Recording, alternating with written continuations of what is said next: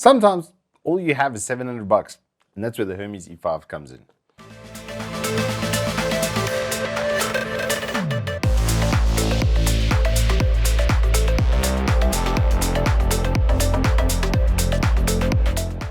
Good afternoon, welcome to Turbo Tortoise Tech. If you're new here, I'm Reese of the 4-piece warranty or Triple XL.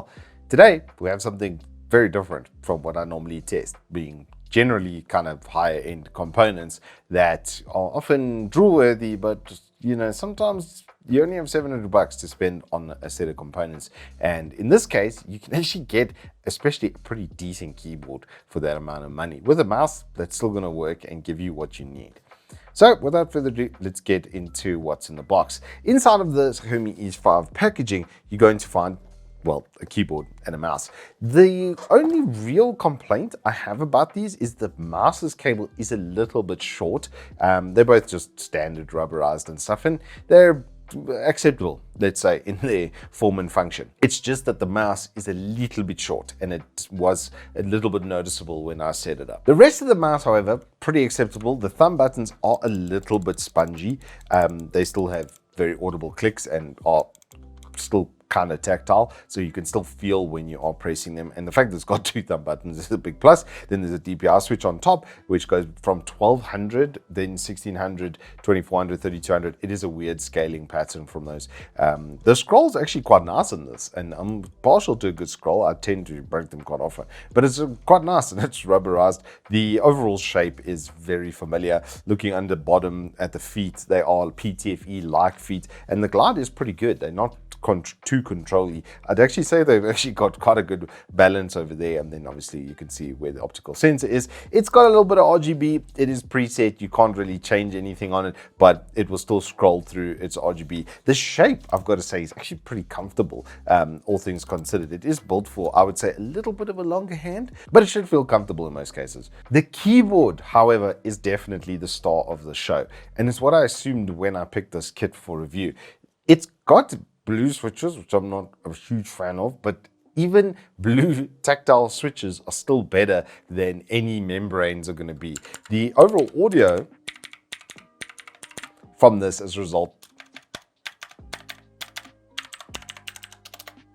is slightly offensive. Sorry, I've just hit the lighting button there, which is a good point to move on to. It's got preset lighting zones on it. Up top, you're also going to see that there's a variety of media keys, which is kind of nice to have. And then on the bottom left, you've got the control for the preset lighting modes. It's got a couple of them pre-built in, but the zonal RGB and the colors that it has are preset. You can't actually change the color of any of the backlighting. It just has a couple of functions, so you can create a little bit of variety if you like running or, phased breathing or whatever kind of lighting mode you'd like. But yeah, the colors are preset. The overall backlighting quality is not bad. The purple is easier to see from the naked eye than what you see on camera. It doesn't pick up well on the camera, unfortunately.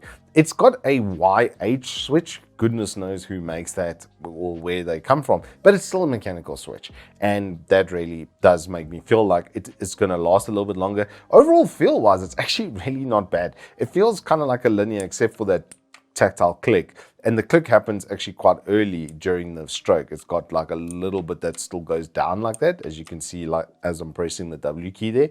It does click about midway down, which is sort of kind of unique in a way. But yeah, these are clicky blues, so if you want to annoy someone, if you were looking at getting this for typing and stuff at work, you'll do a really good job of that. On the back side of the keyboard, it does have rubberizing and then two kickstands, so you can get quite a nice sort of angle with it, and it will feel pretty good when you're using it. It's also got nice little functions like a Windows key lock, so if you bump that while you're gaming, you don't immediately go to desktop, which is a big plus. And then it's got other nice little functions, like you can open up your email, you can homepage from here. You've got like I said, the media key set. You've got one for opening up your default media player as well.